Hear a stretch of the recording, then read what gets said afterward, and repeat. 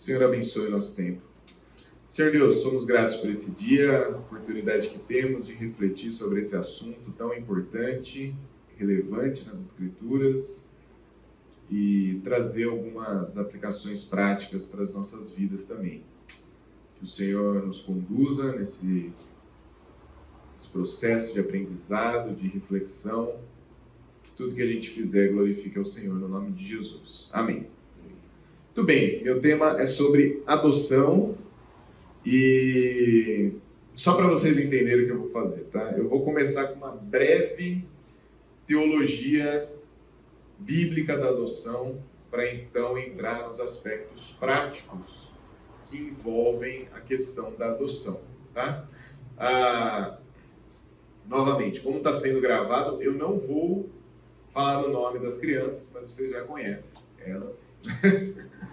Também a fotinho vai ficar com esse coraçãozinho aqui, uma vez que ainda a gente não está com a documentação definitiva deles, né? É um processo.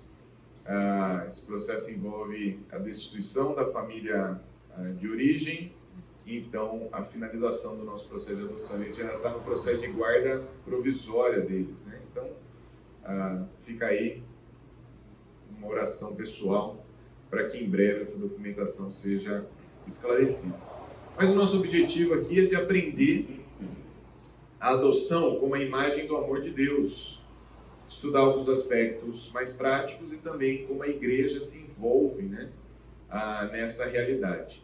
E por que eu quis começar com essa breve teologia bíblica da adoção? Porque é ela que baseia a nossa prática.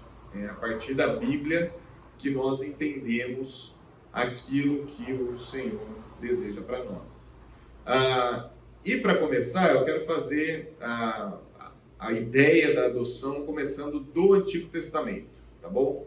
Então, no Antigo Testamento, nós vamos ver que Deus adota para si um povo, né? Deus adotou para si um povo. Essa é a linguagem usada no Antigo Testamento. Então, vamos ler alguns textos aí. Êxodo 4:22, Carol pode ler. Paulão, Deuteronômio 7:6. Eu vou ler Oséias 11:1. Depois a gente volta ali, ó, Ezequiel e Romanos, tá bom? Então, eu vou com o texto de... Isso, Êxodo 4:22.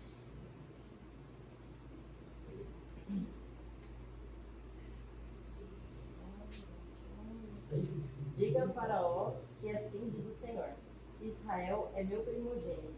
Eu já disse a você que deixe o meu filho ir para prestar-lhe culto, mas você não quis deixá-lo ir. Por isso matarei o seu primogênito.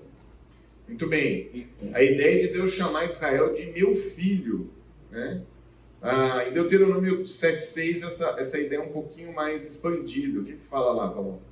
Porque tu és povo santo ao Senhor, teu Deus.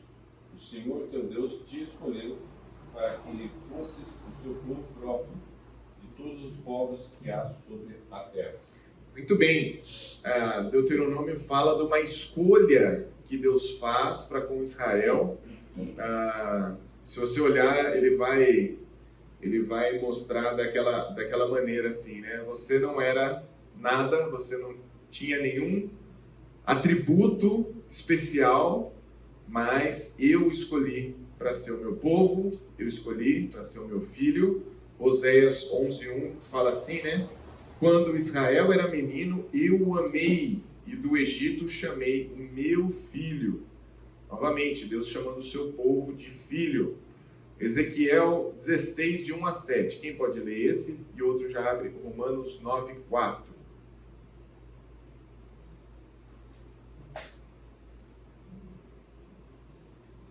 Ezequiel 16, 1 a 7. Isso. Você abre Romanos? Tá bom. Ezequiel 16, de 1 a 7.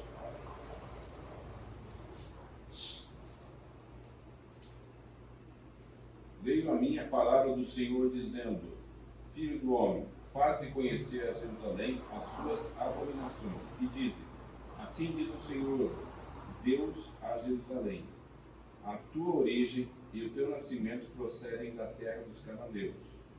Teu pai era Moeu e tua mãe Eteia.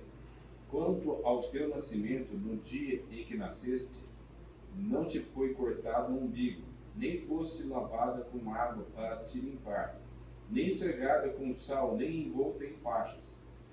Não se apiedou de ti olho algum para te fazer alguma destas coisas, compadecido de ti. Antes fosse lançada em pleno campo, no dia em que nasceste, porque tiveram nojo de ti. Passando eu por junto de ti, vi-te a revolver-te no teu sangue e te dizer, ainda que estás no teu sangue vive, seu sangue vive. Sim, ainda que estás no teu sangue vive. E eu te fiz multiplicar como o renovo do campo. Cresceste e te engrandeceste, e chegaste a grande formosura. Formaram-se os teus seios, e te cresceram cabelos. No entanto, estavas nua e descoberta. Muito bem. Esse texto é interessante porque ele trata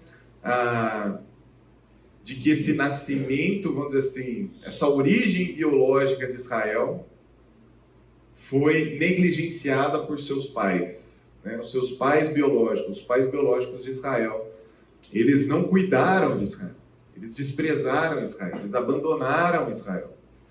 E quem recebeu, amou e adotou Israel foi o próprio Deus, né? Então essa criança negligenciada agora é adotada.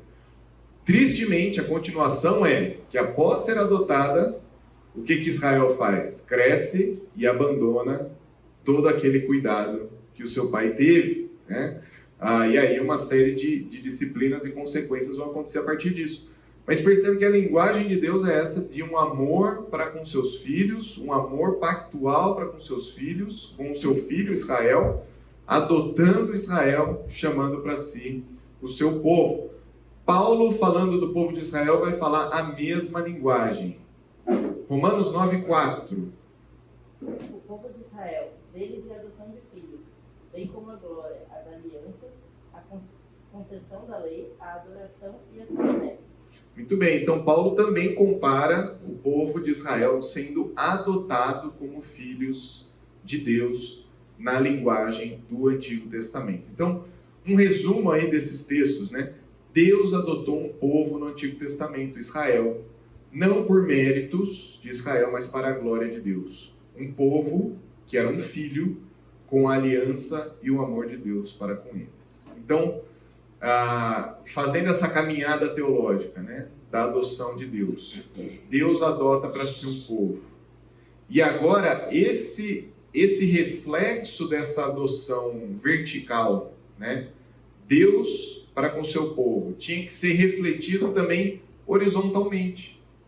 Então, da mesma maneira como Deus adotou o povo de Israel tinha que ter um cuidado especial para com os órfãos daquela realidade.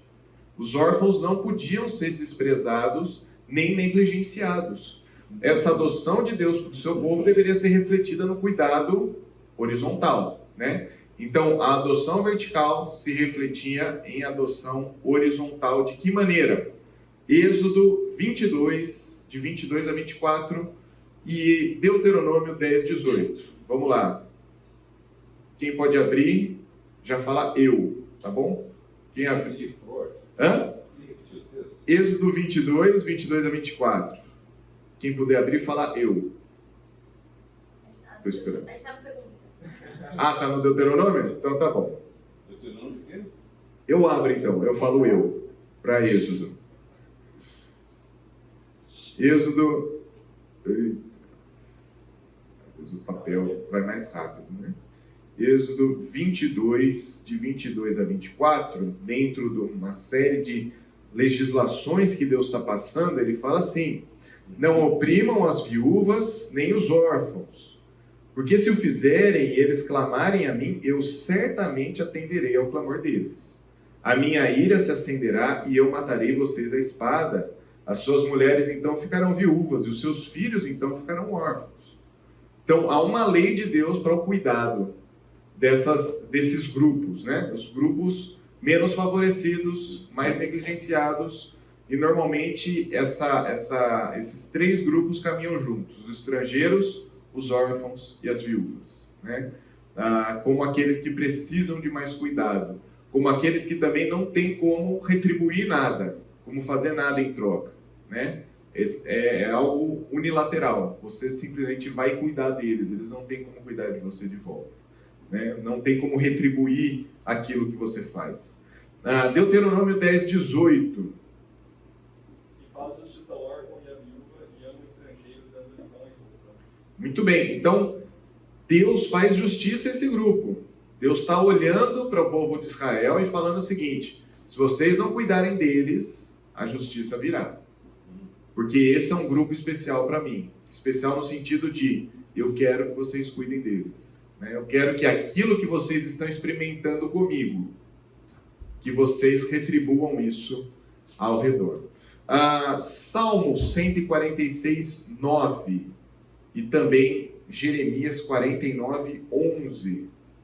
Vamos lá? Salmo 146, eu vou abrir o texto de Jeremias aqui, tá? O Senhor guarda os estrangeiros, sustém o órfão e a viúva, mas transtorna o caminho dos ricos. Muito bem, então novamente, Deus cuidando desse grupo especial. Jeremias 49, 11 diz assim, né? Deixe os seus órfãos e eu protegerei a vida deles. As suas viúvas também podem confiar em mim. Então Deus tem um olhar para esse grupo de pessoas. Ezequiel 22, 7 e Deuteronômio 24, de 20 a 21. Ezequiel, vamos lá. No seu meio, eles têm desprezado pai e mãe, oprimido o estrangeiro e maltratado o órfão e a viúva. Percebem? O povo de Israel estava cumprindo aquilo? Não. Né? Desprezando o órfão, maltratado a viúva, eles estão fazendo exatamente o oposto do que Deus mandou fazer. E isso traz consequências, né? O que aconteceria como consequência? Deuteronômio 24, 20 a 21, e outra pessoa já Jeremias, eu abro Jeremias aqui, tá bom? Você abriu Jeremias? Então vai lá, Paulão. Jeremias, o que fala lá? 7, 5 a 7, né? Isso. Mas se deveras emendardes os vossos caminhos e as vossas obras, se deveras praticardes a justiça, cada um com o seu próximo, se não oprimirdes o estrangeiro e o órfão e a viúva, nem derramardes sangue inocente neste lugar, nem andardes após outros deuses para o vosso próprio mal, eu vos farei habitar neste lugar, na terra que te dei a vossos pais, desde os tempos antigos e para sempre. Muito bem, então o que esse texto nos ensina? O povo estava sofrendo a disciplina de Deus. O povo poderia simplesmente chegar e falar assim: Deus, desculpa, foi mal aí, restaura tudo para nós, que a gente está aqui em pecado, mas agora a gente não quer mais fazer pecado, a gente quer fazer a coisa certa. Então Deus está falando o quê? Vocês querem fazer a coisa certa? Olha lá os órfãos, olha as viúvas. Comecem a mostrar o que a gente chamaria de frutos de arrependimento. Não é da boca para fora, não é simplesmente falar, foi mal, pequei, né? Igual postagem de jogador de futebol, né? Quando erra, né? Fala, fui moleque, desculpa, foi mal, fui moleque, né? Todo mundo erra e coisa assim. Todo mundo erra. Beleza, mostre que você mudou. E como é que você vai mostrar que você mudou? Vai cuidar dos estrangeiros, vai cuidar dos órfãos, vai cuidar das viúvas, né? É assim que você demonstra esse coração. Deuteronômio, alguém abriu? Deuteronômio? Então vai lá, Carol. A partir do 20, né? 24, 20 e 21. Quando sacudirem as azeitonas de suas oliveiras, não voltem para colher o que ficar nos campos. Deixem o que sobrar para o estrangeiro, para o órfão e para a viúva. Quando colherem as uvas da sua vinha, não passem de novo por ela. Deixem sobrar para o estrangeiro, para o órfão e para a viúva. Percebem o cuidado de Deus em criar uma lei para que o povo possa ir e não passar fome. Então, você não vai colher tudo. Você não vai colher toda a sua produção. aquilo que caiu no chão você não pega mais. Quem que vai pegar? O órfão, a viúva, o estrangeiro. Ele que vai pegar as beiradas, ele vai pegar o que caiu no chão. Por quê? É o jeito dele trabalhar e ter o seu próprio rendimento, a sua própria comida também. Tá? Então, até nisso, Deus está cuidando e criando regulamentações para que seu povo obedeça às suas ordens. Então, lembrando, Deus adotou um povo e esse povo agora tem que cuidar daqueles que estão na situação de orfandade ali, ok? Vamos lá. Quem lembra personagens do Antigo Testamento que foram de alguma maneira adotados? Moisés foi adotado, legal. Quem mais? Samuel, não coloquei aqui na minha lista, mas podemos dizer que de alguma maneira ele foi adotado por Eli, né? Quem mais?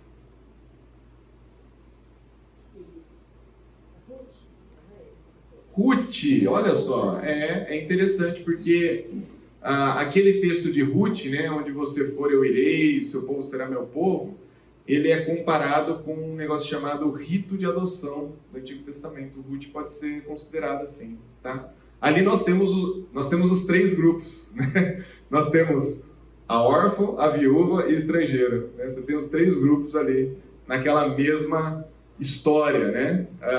Que mais? Quem mais lembra de algum? Esther, excelente, Esther. Eu coloquei outros aqui, né? Eliezer, em Gênesis 15, é o famoso jeitinho que Abraão queria dar, mas ele faz Eliezer seu filho, porque Abraão não tinha filhos, né? Então ele pega o seu servo e faz dele um filho.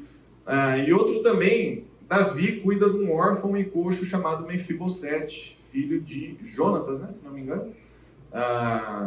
Então ele traz Mefibosete para morar no seu palácio. Seguindo aqui a nossa breve teologia bíblica da adoção, vamos falar da realidade em Cristo. Quando chega Cristo, a linguagem do Novo Testamento para explicar o processo de salvação também envolve adoção. Paulo. Você falou do Antigo Testamento, né? No Novo Testamento também tem várias pessoas que foram adotadas. Jesus, por exemplo, foi adotado por José. Isso. Deu spoiler aqui já, Paulo. Mas sim, o papel de José é importantíssimo. Eu vou falar dele já, né? Mas a realidade, quando nós falamos em Cristo nos termos teológicos, também envolve adoção. Se a gente for pensar uma ordem da salvação, algumas coisas acontecem para sermos salvos, né? Acontece a eleição, e aqui a gente não é aula sobre eleição, então vou falar rapidamente. Eleição, acontece uma regeneração no nosso coração, a justificação, que é Deus olhando para nós e nos declarando justos. Nós não somos mais agora os condenados pecadores, mas declarados justos. Mas Deus simplesmente não fala, você está perdoado, fica aí no cantinho, já eu volto. O que acontece após a justificação é a adoção. Você está perdoado, agora você vem para mim. Você é meu filho. Você agora faz parte da minha família. E a palavra usada para adoção, essa daí, ruistesia, que significa filho posto ou filho colocado. Interessantemente, não era a palavra mais comum no mundo antigo para falar sobre adoção. No mundo antigo haviam várias formas de adoção, inclusive formas nefastas de adoção. Você adotava crianças órfãs para ter relações com elas, entendeu? Nesse caso aqui, interessantemente, Paulo usa essa palavra primeiro, que coloca a raiz da palavra, huios, que significa filho. Então ele mantém essa raiz, falando que há uma relação familiar forte com essa pessoa que fará parte da família. Mas o dicionário coloca que ruistesia é dar a alguém o mesmo nome, lugar e privilégios de um filho que não nasceu biologicamente, né? Então, quando nós olhamos para o que Deus fez por nós, é isso. Ele nos dá um novo nome, um novo lugar e privilégios de filhos. Como? Nos dando uma nova identidade, né? Vamos lá, novamente? Romanos 8, 15 a 17, quem puder abrir Por favor, já abre e leia. João 1, 12 e 13 também tem a mesma ideia, a mesma linguagem. Gálatas 4, de 5 a 7 e Efésios 1, versículo 5. Quem abrir, por favor, já pode ler. Eu vou abrir o Efésios 1, 5, tá? Então, quem abriu Romanos, por favor?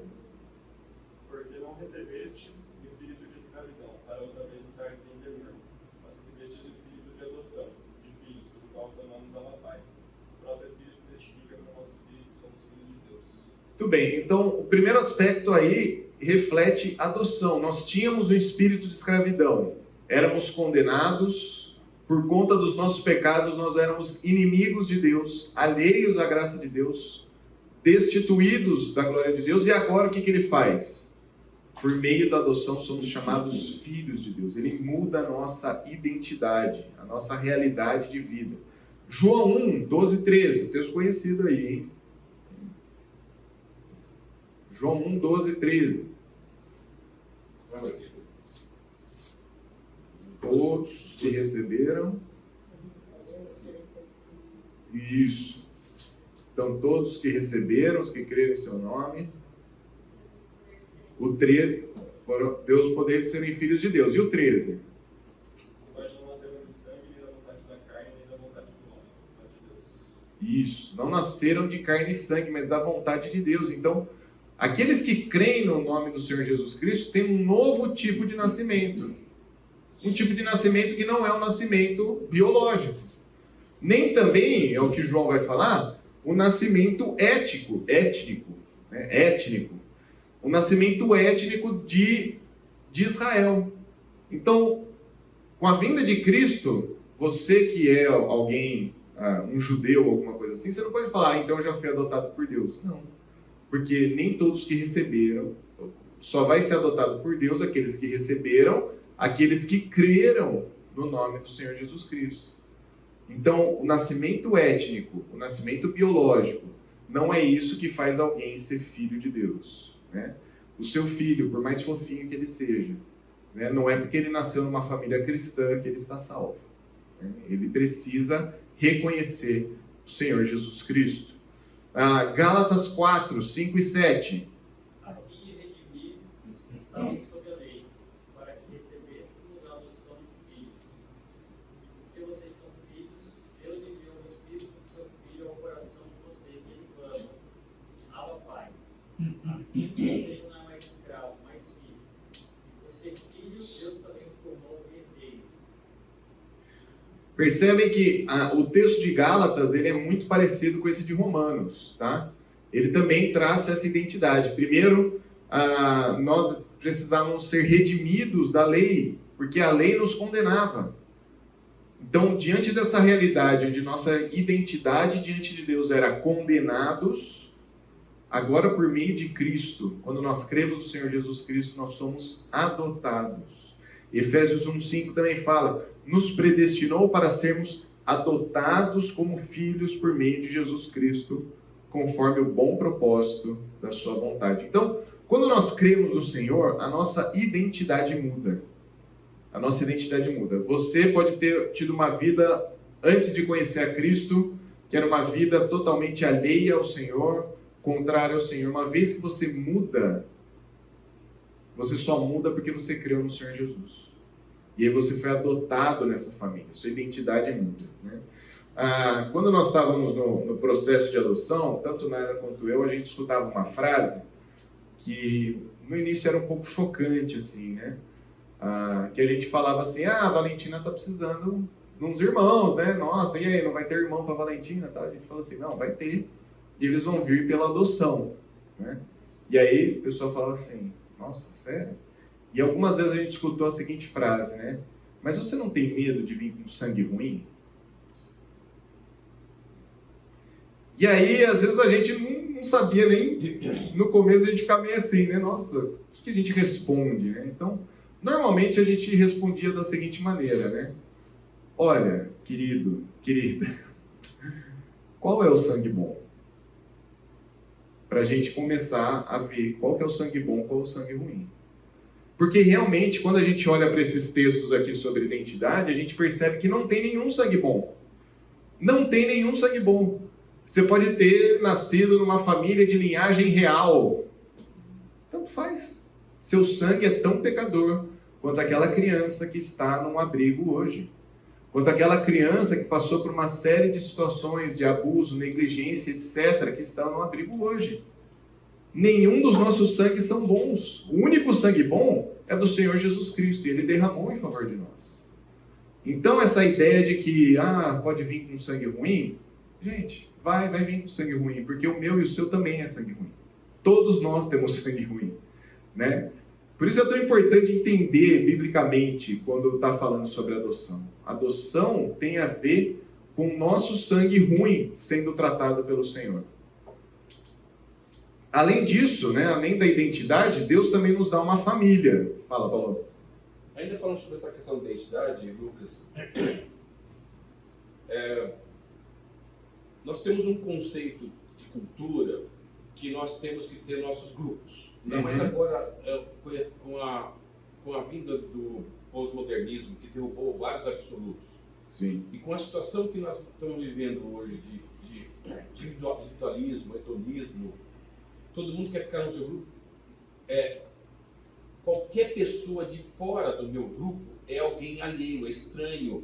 Então, é contra o princípio desde o Antigo Testamento, no sentido de sermos sal e luz para esse mundo, que é a nossa identidade, e fazermos aquilo que o nosso pai fez, que é adotar. Sim. Adotar pessoas. E se a gente for talvez, não sei se alguns aqui já foram em lares e verem como é que funciona.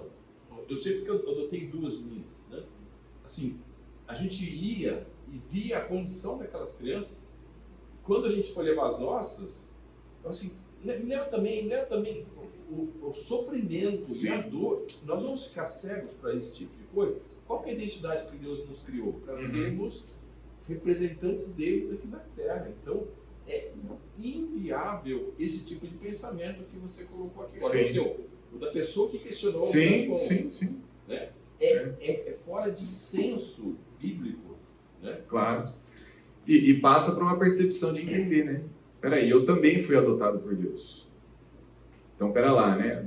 A gente viu no Antigo Testamento essa dinâmica de Deus adotando um povo, o povo cuidando dos órfãos. A gente também vai ver essa dinâmica agora.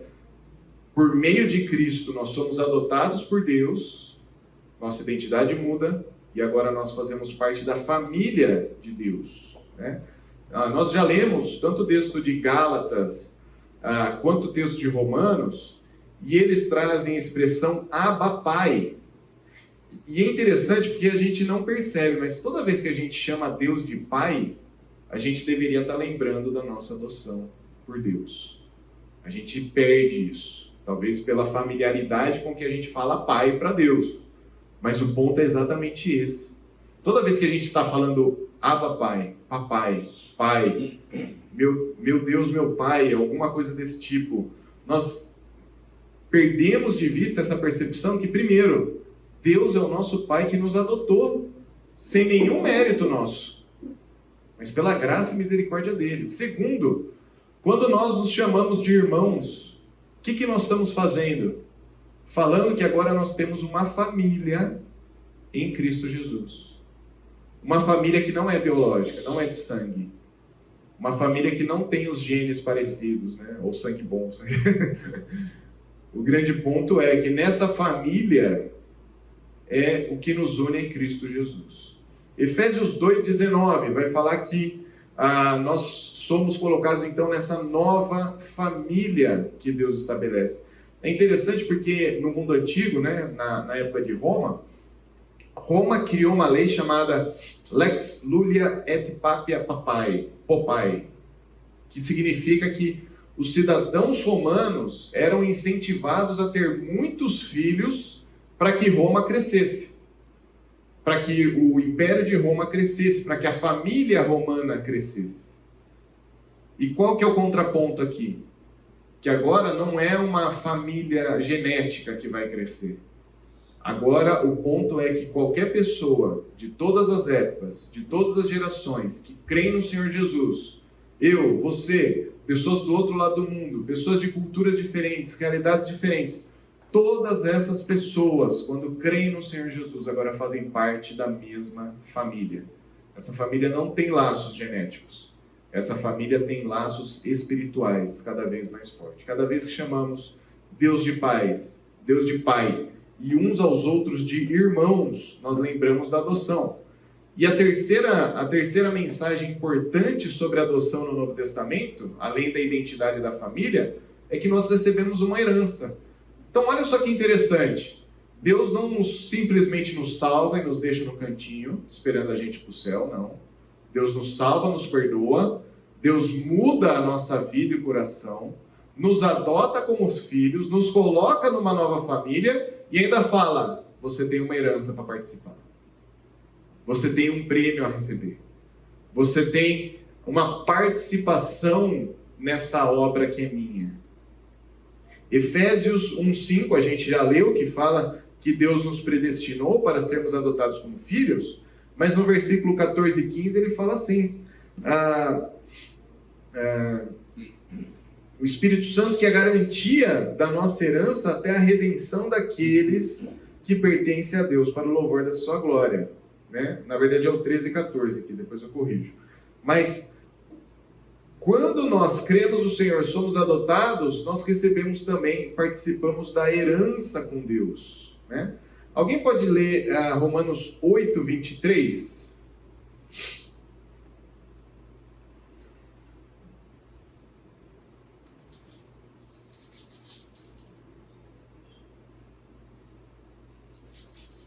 Agora, não somente isso, mas nós mesmos, que temos os primeiros frutos do Espírito, gememos interiormente, esperando ansiosamente a adoção como filhos, a redenção do nosso corpo. Muito bem, então, esse texto traz a ideia de que nós já somos adotados, mas ainda esperamos essa completude, né? Ainda não somos totalmente, porque ainda não desfrutamos dessa herança eternamente com o Senhor. Nós ainda desfrutamos dos benefícios dela, mas ainda não plenamente. Essa questão da herança é interessante porque quanto mais gente entra nessa família, maior a herança fica. Diferente de outros casos, né? Normalmente. Quanto mais filhos se tem, menor a herança fica, né? Você divide pouco, né? Começa a dividir cada vez menos. Aqui não. Aqui é o oposto. Quanto mais participantes da herança com Deus, mais membros dessa família são acrescentados, maior essa herança também vai ficando. O Paulão deu um spoiler, mas o grande exemplo no Novo Testamento de adoção é exatamente a história de Jesus, quando José passa a ser o pai terreno de Jesus, né? José é um dos personagens que a gente pouco fala, ou pouco se lembra. Talvez agora no Natal a gente só vai lembrar de um carinha que puxa o jumentinho, né? Tem esse carinha lá que está puxando o jumento para chegar na manjedoura. Mas é interessante porque se José não adota ou não traz essa ideia da adoção de Jesus, muito do papel de Jesus se perde. E é claro que dentro da soberania de Deus, eu já sabia todas essas coisas.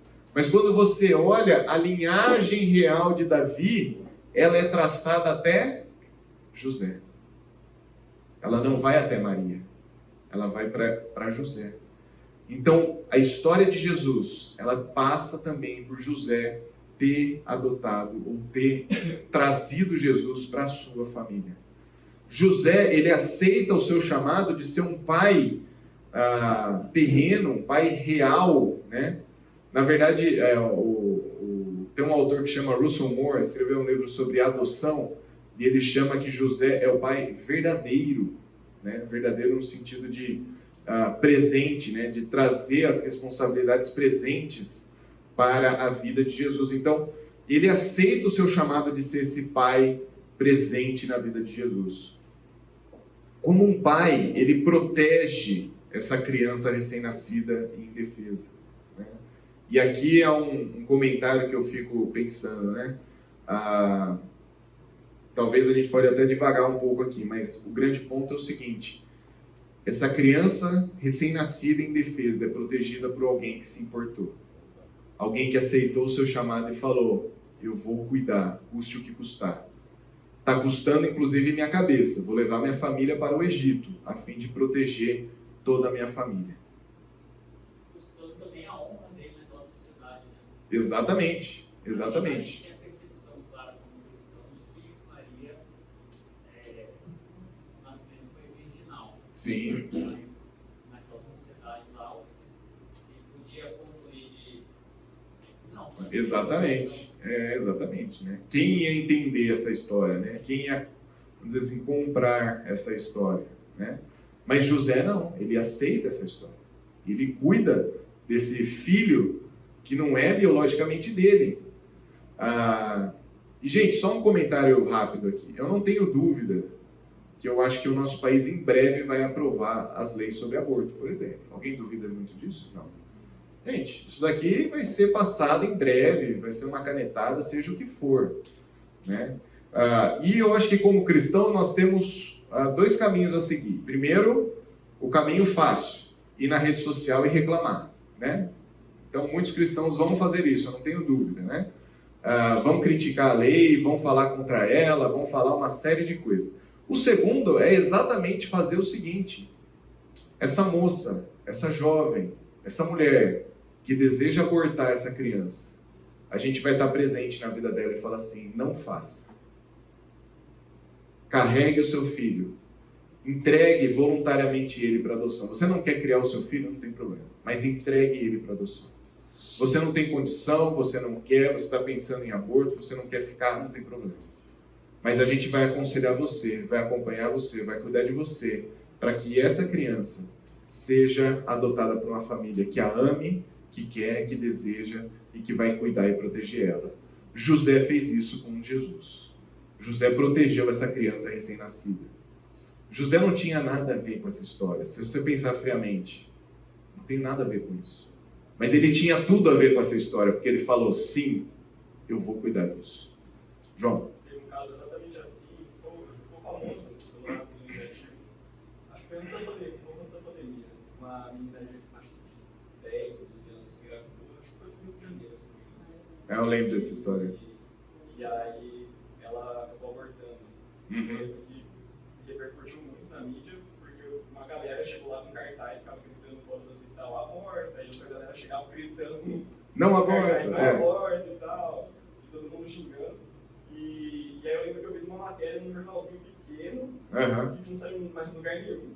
E um pastor foi lá e ofereceu: se você quiser continuar com a sua gestação, eu vou adotar a criança. Sim. E eu falei: cara, de todo mundo que apareceu na mídia, a única pessoa que estava certa nessa história. Sensato, né? O único sensato é esse, porque ele trouxe a solução, né? Trouxe a solução, Amanda. Eu ia falar também que a nossa parte seria, como você falou, né?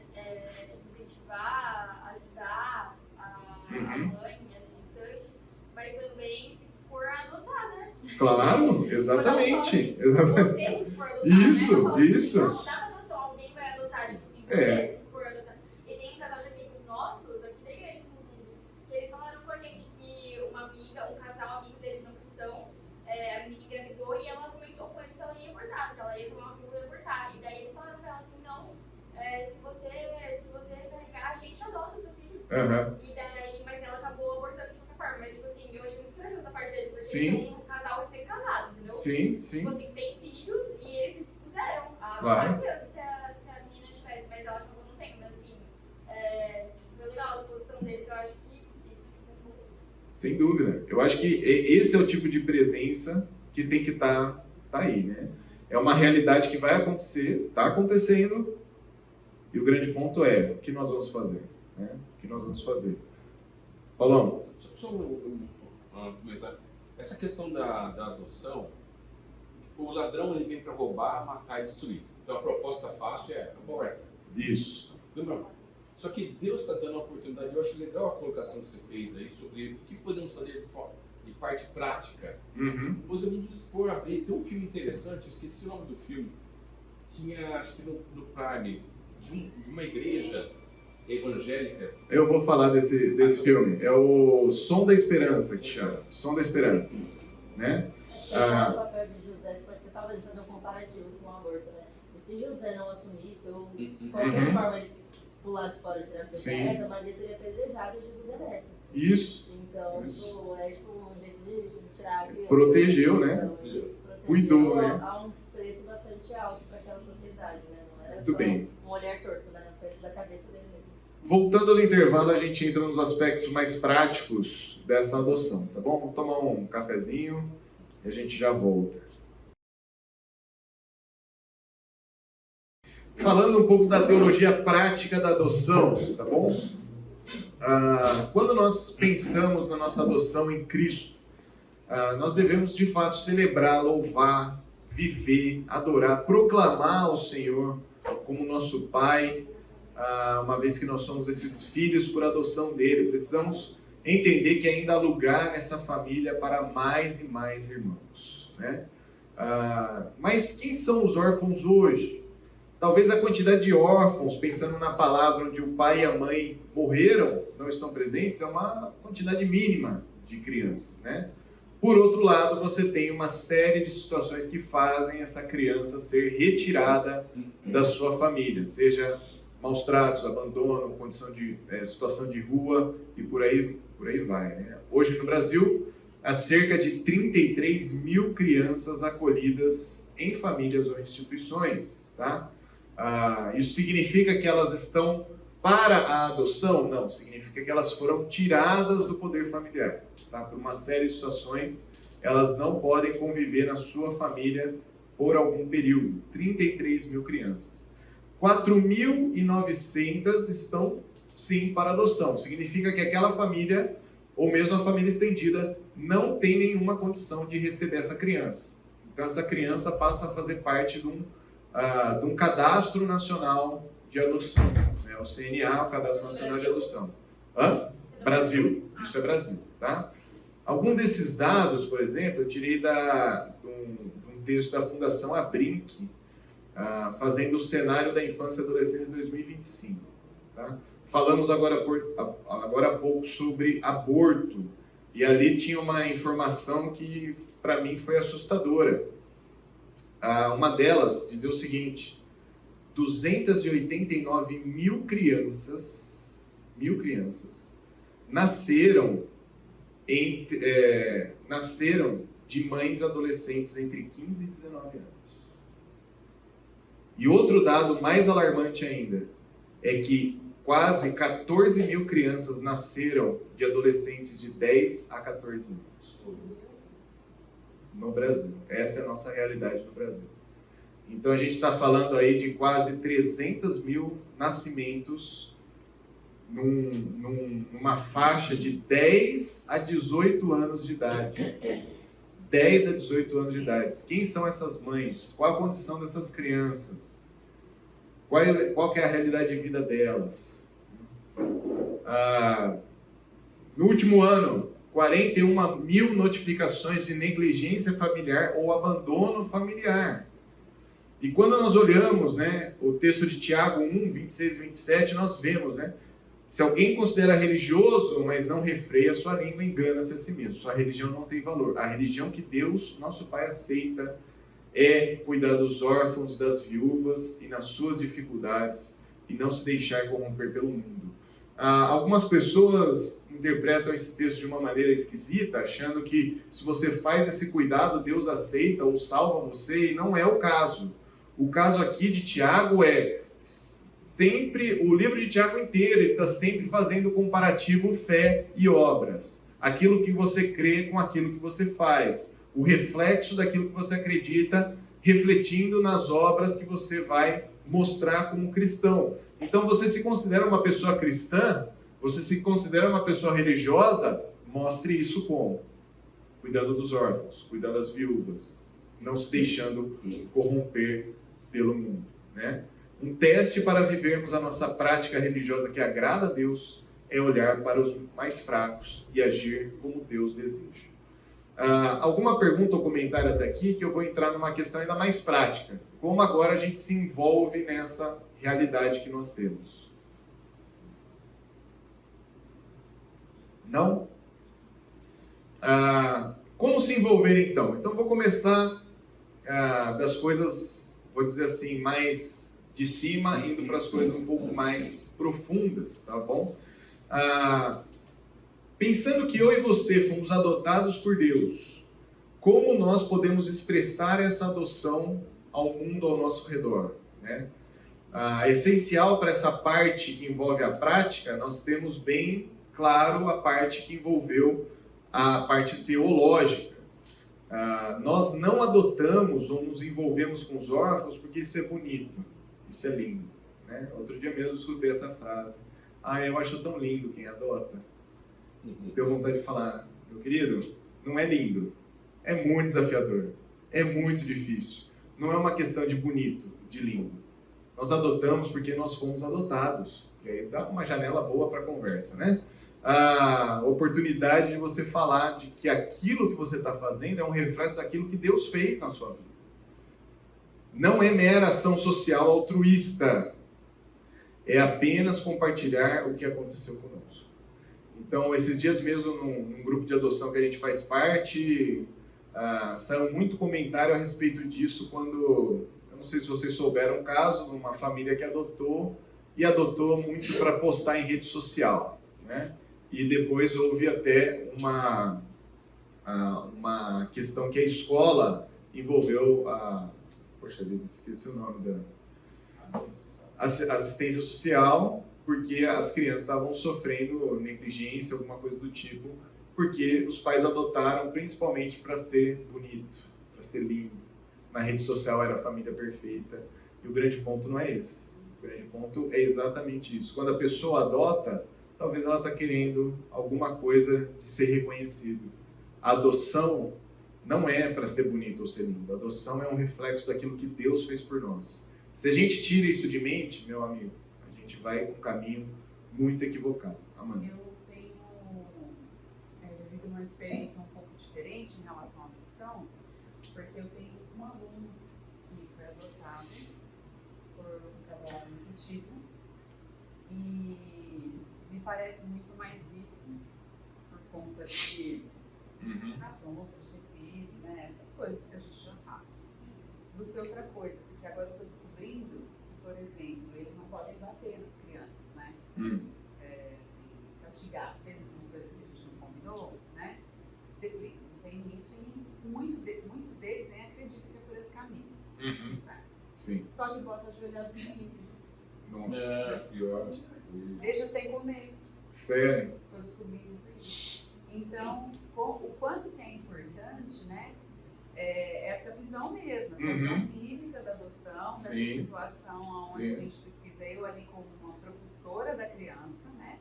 Mostrar para ele que ele de 5 anos, criança de 5 anos, que ali naquele momento comigo, ele precisa ser acolhido da maneira correta, com a visão correta, mesmo ele falando essas coisas para mim, a gente podendo chamar a família para perguntar algumas coisas, né, e até mesmo ir atrás de órgãos públicos que cuidam disso, porque afinal de contas, né, se a criança está falando, existe uma forma recorrente, né? Sim. Isso aí, porque senão ela tinha até esquecido já que aconteceu, né? E o quanto que esse princípio tem que estar no nosso coração, né? Sem dúvida. Porque olha só, gente, esse negócio de postar em rede, postar que eu sou mãe, né? Olha só, é que isso. nível chegamos. Exatamente. Vem um casal hétero, você fala assim, como assim? Aí um casal homem, Também. olha. Uma das formas da gente se envolver é uma atuação que nós temos tido aqui na igreja, né? Nossa igreja tem uma das frentes aqui, das áreas que eu coordeno, que a gente chama de AME, né? Que é o Amor e Misericórdia por Causa do Evangelho. O que nós fazemos? Nós visitamos 2 abrigos aqui de Campinas e uma casa lar, onde o que a gente faz? Visita, tem jogos, tem brincadeiras, mas o objetivo lá é evangelizar eles, falar da palavra do Senhor.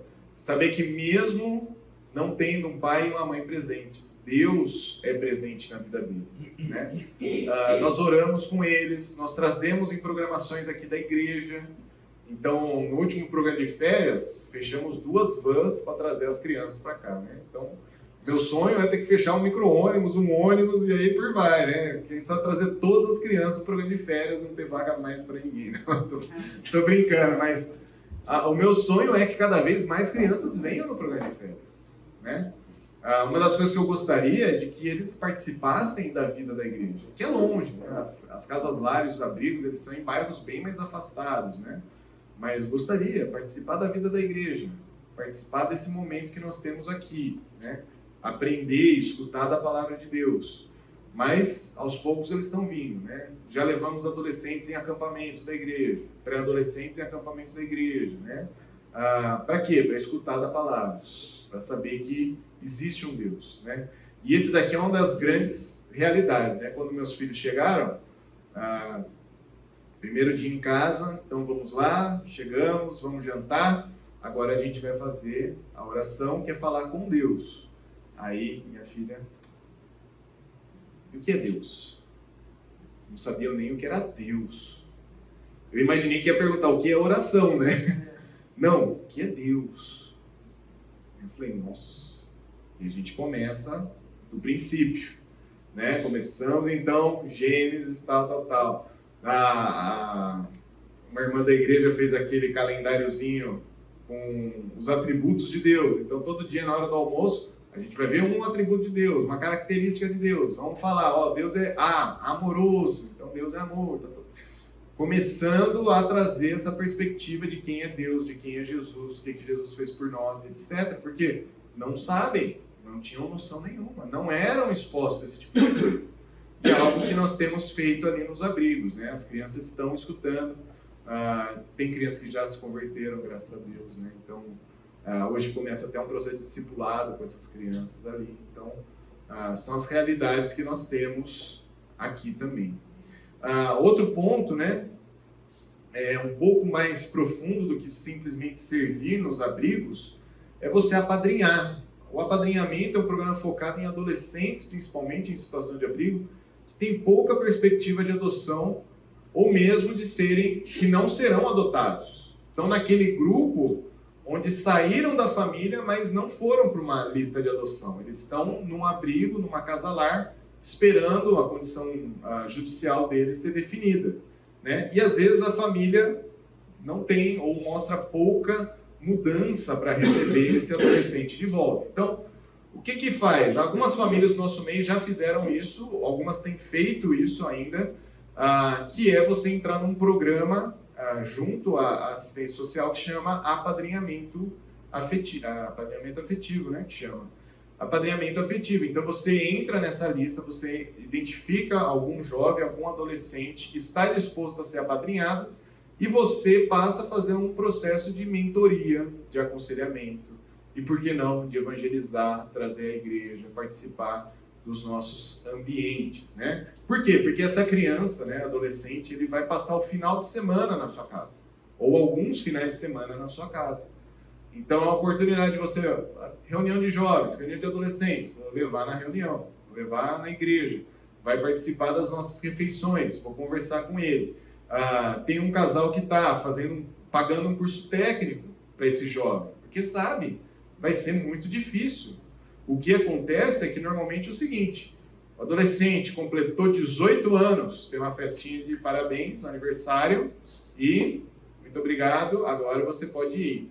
Em algumas situações, ou ele vai voltar para a família biológica, ou algum membro da família biológica dele, ou ele vai para a República, que eles chamam lá, que é uma outra instituição, onde ele vai ficar mais 1 ano, talvez 2 anos, até estabilizar financeiramente, vamos dizer assim, né? Então, o apadrinhamento é uma outra forma de você se envolver, né? Outra forma de você falar, vou trazer esse jovem para ficar esse final de semana, né? Ele não se torna o seu filho, né? Ele vai ser um afilhado, vamos dizer assim, e você passa a cuidar disso. Isso aqui lembra um pouco, né, quem vem de contexto católico, né? A Igreja Católica tem essa ideia do padrinho, da madrinha, né? O dinho, a linda, os seus afiliados, que você meio que cuida dessas crianças na medida do possível, tá? O que fizeram foi institucionalizar isso aqui, deixar isso aqui bem mais aberto para outras pessoas.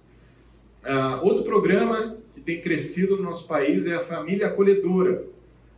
Nesse programa, envolve receber crianças por um período de tempo na sua família, a fim de que ou a situação familiar seja resolvida, ou essa criança ela possa ser encaminhada para uma adoção. O que foi percebido? Foi percebido que a criança que está numa instituição de acolhimento, né, ela vive ali, vamos dizer assim, na média, né, não tem assim um cuidado intensivo ou mais prioritário com aquela criança. O cuidado é um cuidado geral. É banho para todo mundo, é comida para todo mundo, é aula para todo mundo, né? Não tem assim uma questão de atender às necessidades daquela criança. E talvez vocês saibam, né, que a primeira infância é uma fase da vida muito importante para a vida das crianças. Então, crianças que estão na primeira infância normalmente são o alvo principal da família acolhedora. Porque o que é feito? Nessa primeira infância, ao invés da criança estar institucionalizada, ela vai para uma família. E essa família vai cuidar desse bebê, dessa criança, até ser resolvida uma dessas duas situações. Tá? É um modelo parecido com o modelo americano de foster family, né? A família acolhedora também é isso. Você recebe a criança, você vai ficar um período com a criança. Você não pode adotar essa criança, que é um desafio para muitos, né? Para mim também, né? Uma época, conforme a nossa fila foi demorando, né? Segundo a nossa visão para acontecer, a gente pensou em família acolhedora e eu falei, não, eu não estou pronto para isso. Porque eu vou ficar talvez 1 ano, talvez 2 anos com essa criança em casa e eu não vou poder ter ela comigo. Em algum momento ela vai seguir o caminho. Mas tem gente que está pronto para isso. E entende que você vai fazer um papel essencial num período de cuidado exclusivo para essa criança e vai ser bênção na vida dessa criança por esse período que ela ficar com você. Então tem esses dois lados. Tem o lado do apego, que com certeza vai ser difícil desapegar, mas tem um outro lado também de entender, eu estou cumprindo um papel por um período na vida dessa criança, né? Nesse caso, mesmo se ela é encaminhada para adoção, você não pode adotar ela. Você não pode adotar ela. Quem entra no programa Família Acolhedora ou tem que sair da fila da adoção ou não pode entrar na fila da adoção, tá? A mesma coisa o apadrinhamento. O programa de apadrinhamento e o programa de adoção são diferentes. Você não pode adotar aquele que você apadrinhou, como o apadrinhamento eu não sei se é isso, tá? Porque não sei se tem algum caso assim, mas a família acolhedora é certeza, você não adota aquele que você trouxe para a família. Você para não gerar frustração na criança, de criar expectativas dela. Eu acho que é para não gerar frustração nos próprios pais. Eles já sabem que não vão adotar essa criança. Porque às vezes são bebês que vão ser inseridos na família acolhedora.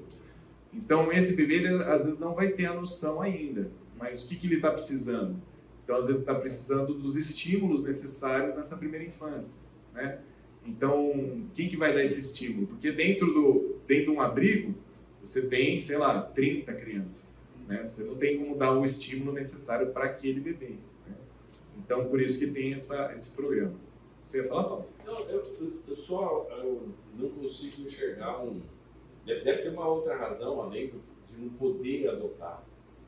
Se o vínculo foi feito com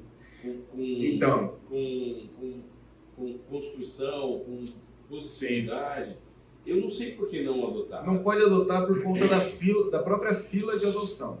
A nossa fila... Vamos lá, só deixa eu explicar o processo, né? Você quer adotar uma criança. Você vai lá no fórum, você pega a documentação, preenche, faz os cursos necessários, você entra numa fila, que é uma fila... Não é bem uma fila, né? É uma espera para que o seu perfil bata com as crianças que estão para adoção, né?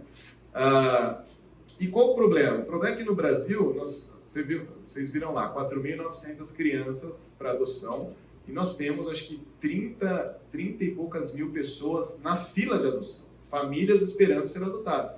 Nossa, é só pegar as 4.000 e fechar. Por que não fecha? Por conta do perfil. A maioria das pessoas, isso daqui é dado estatístico, tá bom? Não quero nem polemizar em cima disso. A maioria das pessoas que querem adotar meninas, brancas e bebês. até 1 ano no máximo de idade. Esse é o perfil majoritário dos perfis que estão para adoção. Então, se você entra na família acolhedora, você recebeu o bebezinho, tem outras, sei lá, 20 mil famílias querendo o bebezinho. Então, a fila da adoção é prioritária no processo, entendeu?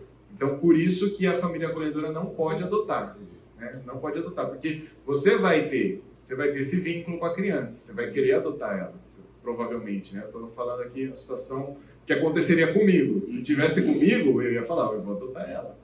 Mas não pode, porque tem uma fila esperando, inclusive, essa criança.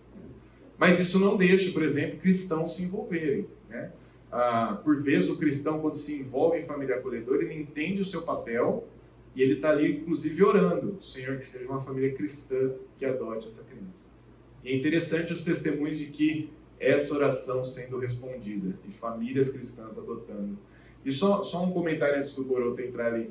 A gente faz parte de um grupo de adoção em Valinhos e no nosso chá de... Como é que fala, né? Chá de boas-vindas, né? A gente chama de café de boas-vindas, né? Das nossas crianças. Foi junto com outras 3 famílias. E as outras 3 famílias também eram cristãs. Então, o testemunho de cada um sempre foi focado em como Deus cuidou do processo, agiu no processo. E Deus cuida de tudo, né? Boroto. 2 dúvidas técnicas. Claro. Você adotou. Se você quiser adotar de novo, você volta para a fila ou você tem alguma preferência por ser uma família que tem? Não, na verdade, assim, o meu perfil, inclusive eu preciso até mudar isso, meu perfil continua lá, entendeu?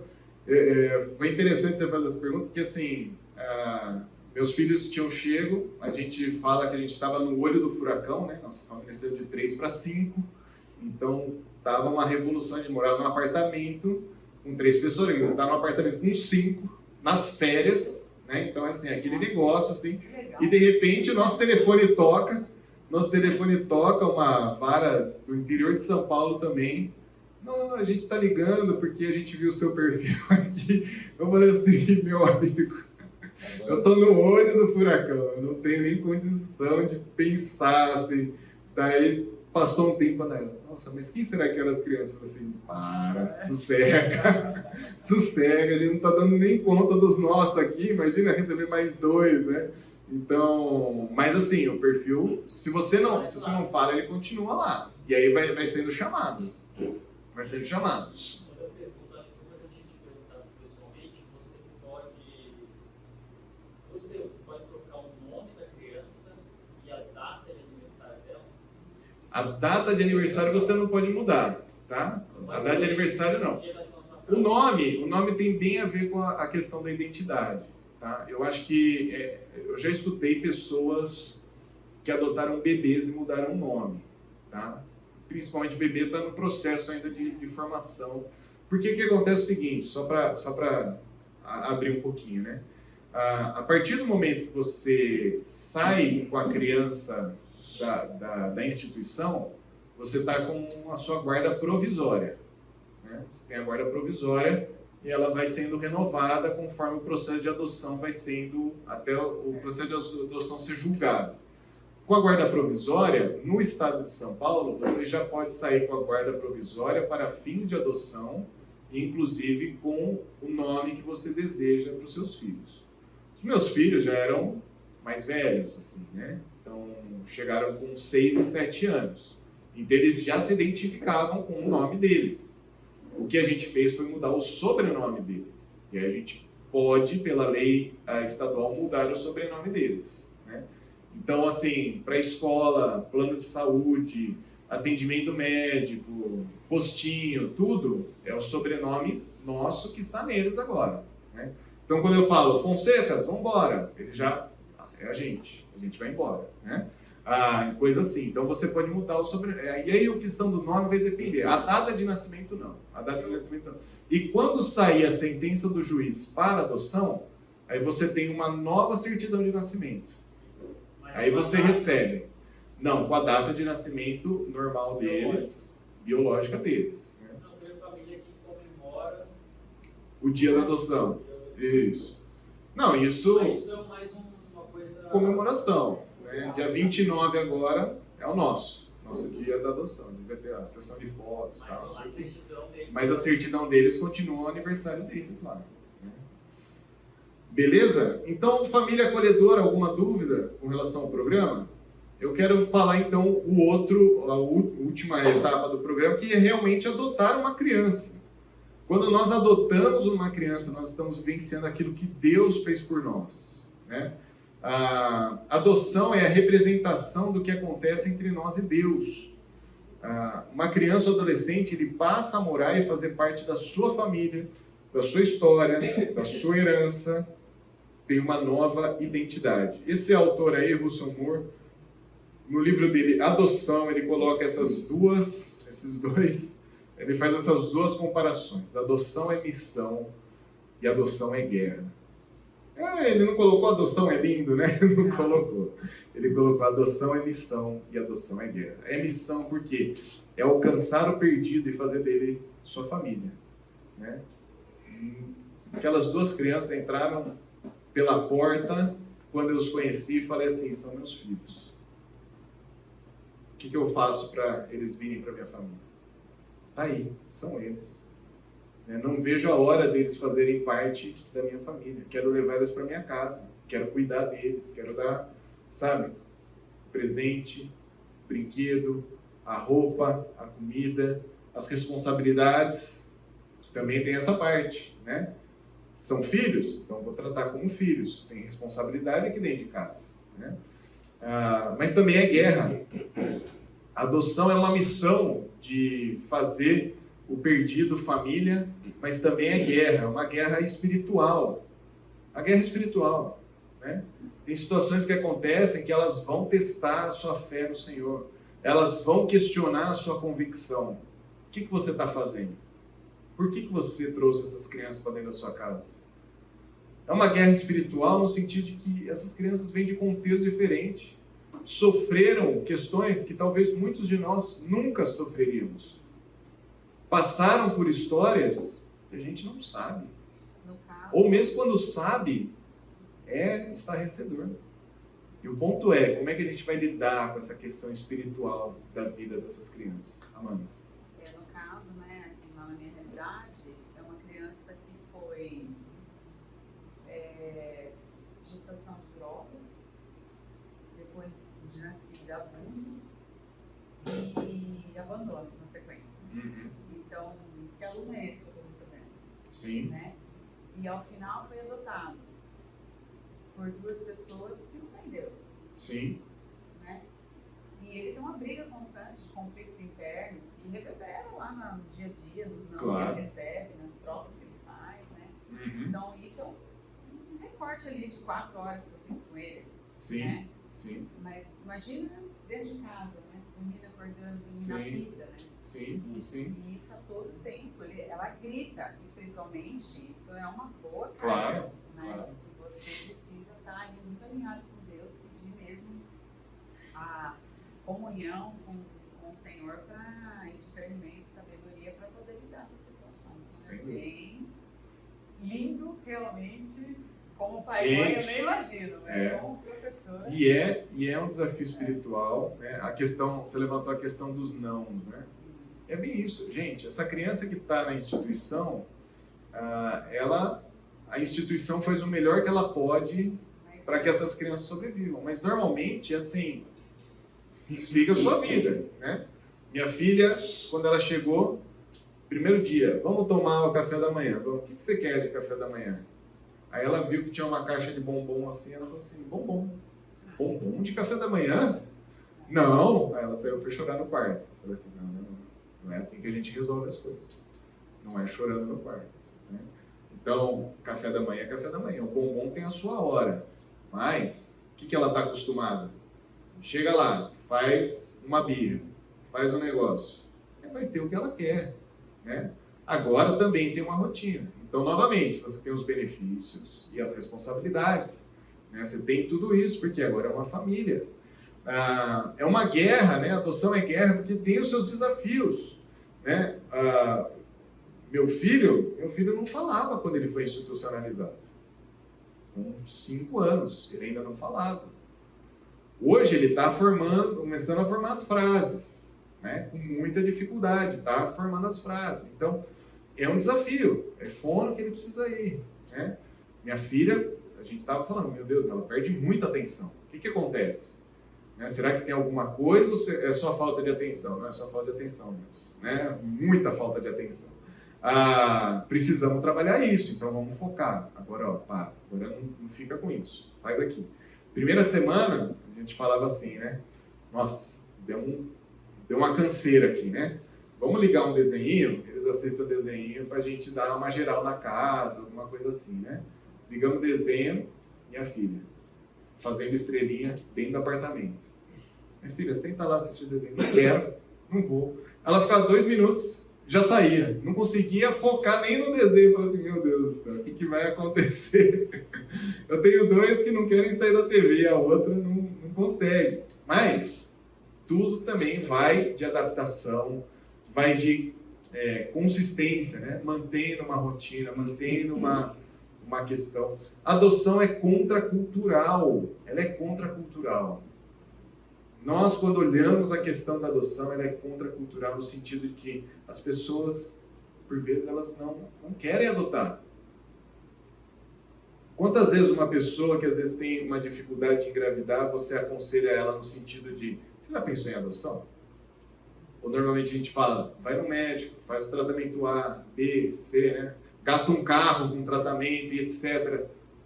Gente, tem adoção.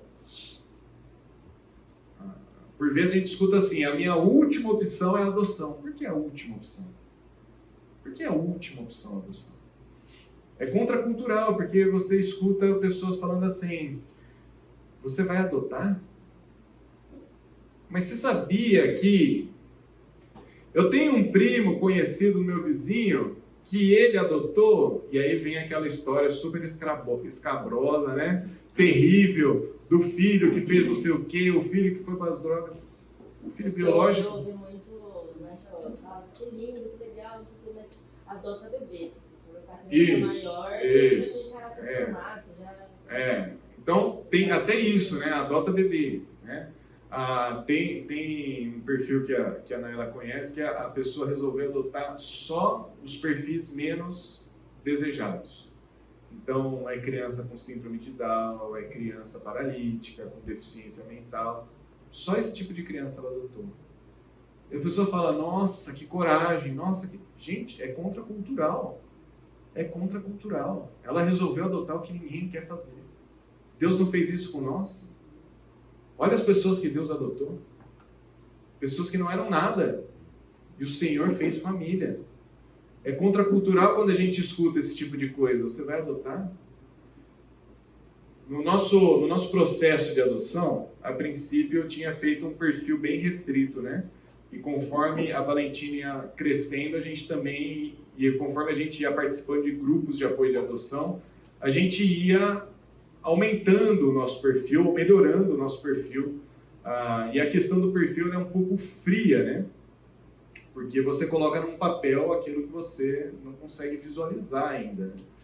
Então, a princípio, o meu perfil eram meninas a partir de 3 anos. Né? Não tinha questão de raça, não tinha nada disso. Era meninas a partir de 3 anos. Né? Porque a Valentina já tinha pensei, talvez próximo da idade. Né? Eu falei, se eu pegar um adolescente, é uma diferença muito grande. Eu ficava com medo de um menino chegar e tal. Beleza, fui para o meu módulo de mestrado, e quando eu cheguei no meu módulo de mestrado, tive aula com o meu orientador, uma aula magnífica e tal, e quando eu voltei eu vi uma postagem do meu orientador, e quando eu li a foto dele, eu vi que ele era um filho por adoção, que tinha um dia alguém adotado ele, e ele era hoje um homem de Deus, considero ele um grande homem de Deus, servindo ao Senhor, ensinando a palavra do Senhor. E ao ver aquilo eu falei, eu quero mudar meu perfil. Eu quero que tenha menino no meu perfil também. Quero que tenha menino. Mas e não sei o quê? A gente não sabe. O meu trabalho é dia a dia apresentar a palavra do Senhor, falar do Senhor, pregar o Evangelho. Ser menino, ser menina, eles têm que crescer para serem homens e mulheres de Deus. E essa é a nossa tarefa como pais, levá-los a reconhecer o Senhor. Então, até isso é contracultural. A cultura quer adotar, tem algumas pessoas que querem adotar bebês, meninas brancas. O que vai ser contracultural disso? Adoção é guerra porque também tem rebeldia. Você chega, você fala assim, olha só, né? Tirei essa criança lá daquela situação, tá agora aqui no bem bom, vou escutar o obrigado todos os dias, né? Meus filhos não sabiam que era obrigado. Um dia a gente fez lá um culto de gratidão. Eles não sabiam o que era gratidão. Eles não sabiam falar obrigado. Então você acha que vai ter só alegria? Não, vai ter rebeldia. Vai ter briga, vai ter discussão. Os irmãos não vão se dar bem. Mas é isso. Família também tem essas partes. E tem que saber se acertar no Senhor. Constantemente, né? Vai ter um questionamento da sua convicção com relação à adoção. O outro lado disso, né, é que você tem irmãos que oram por você, amigos que eles fazem na igreja que são mais chegados que irmãos. Quando eles chegaram, ganhamos roupas, brinquedos, visitas. Quando eles chegaram, eles conheceram então vó, tios, primos, uma família estendida que estava esperando por eles. Quando eles conheceram a minha avó deu um abraço neles e falou assim, que bom que vocês chegaram. Que bom que vocês chegaram. Isso é marcante, né? Uma pessoa idosa que às vezes já tem uma série de preconceitos com a adoção. E quando recebeu, falou, que bom que vocês estão aqui. Né? Que bom que vocês estão aqui. Como é que a igreja pode se envolver na adoção, né? Evangelizando essas crianças, amando as crianças, incentivando. Né? Incentivando. A pessoa que fala, eu quero adotar, ao invés de falar assim, nossa, você conhece o vizinho do meu amigo que não sei o quê? Incentive. Você tem tantos casos ruins como você tem casos positivos. A mesma coisa da questão biológica. Você tem tantos casos ruins como casos positivos. Esse filme aqui, né, O Som da Esperança, a história de Possum Trot, ela conta a história de uma igreja que resolveu se envolver intencionalmente na adoção das crianças. O próprio pastor lá adotou, tinha uma fazenda também, né? Mas adotou, acho que 5 ou 6 crianças que estavam na fila da adoção, e a igreja toda conseguiu zerar a fila de adoção do condado que eles moravam lá, né? Isso é impactante, Crianças que, claro, muitas delas vão tomar caminhos longe do Senhor, mas que enquanto elas estão debaixo da casa de famílias cristãs, estão sendo expostas, aprendendo da palavra, sendo incentivadas a conhecer o Senhor. Uma igreja que ora por essas famílias, né? Uma igreja que sabe que não é uma coisa linda ou corajosa, mas sabe que é algo que envolve o que Deus fez por elas. Uma igreja que supre, que se envolve, que recebe, que adota. Uma igreja que pode servir com a sua profissão. Você é um advogado, você pode ajudar. Você é um médico, você pode ajudar. Você é um professor, você pode ajudar, inclusive com reforço. Né? Uma senhora aqui da nossa igreja só sabia da aula de alfabetização. É isso que eu preciso. Eu tenho um filho no 2º ano que não sabia ler e escrever. Estava no 2º ano. Você pode ajudar? Posso ajudar. Tem uma fono. Pode ajudar? Pode ajudar. Aqui na nossa igreja a gente está formando um grupo de apoio à adoção que chama Amor que Acolhe. Por vezes para desmistificar ideias sobre adoção, por vezes para incentivar a adoção e outros programas como esse. Quando um membro adota, todos nós estamos envolvidos nesse projeto também. Né? A adoção não é beleza, a adoção não é altruísmo. A adoção é algo que a igreja faz. E a igreja ao longo dos séculos tem feito isso. Desde o começo da igreja, né? Justino Mártir, Tertuliano, Basílio de Cesareia, todos esses homens foram homens que incentivaram a adoção, incentivaram o cuidado da igreja, inclusive adotaram crianças que estavam sendo expostas e principalmente vítimas do famoso infanticídio. Na adoção, eu sou o verdadeiro pai dessas crianças, mesmo não sendo pai biológico. Eles são meus 3 filhos, minhas 3 heranças. Na adoção você tem ensino, correção, instrução, amor, graça, misericórdia. Igual acontece conosco nas nossas vidas. A adoção, ela é uma guerra. A adoção, ela é missão. A adoção é entender o que Deus fez por nós e o que nós podemos fazer por essas crianças que estão nessas situações. Ela é de Deus para nós e de nós para as crianças. E uma nova identidade, uma nova família e uma herança que nós temos com o Senhor. Meus irmãos, que isso possa servir de incentivo. A gente incentivar as pessoas da igreja, compartilhar e também, inclusive, se envolver diretamente com essa realidade que nós temos aqui. Vamos orar? Senhor Deus, obrigado porque um dia o Senhor nos adotou em Cristo Jesus. Isso mudou tudo. Mudou a nossa história, mudou a nossa identidade, mudou a nossa questão familiar, mudou a nossa perspectiva de herança no futuro. Senhor, que isso possa ser refletido no cuidado que nós temos ao mundo ao nosso redor. Que o Senhor seja conosco nessa tarefa, nessa missão. É o que eu oro em nome de Jesus. Amém.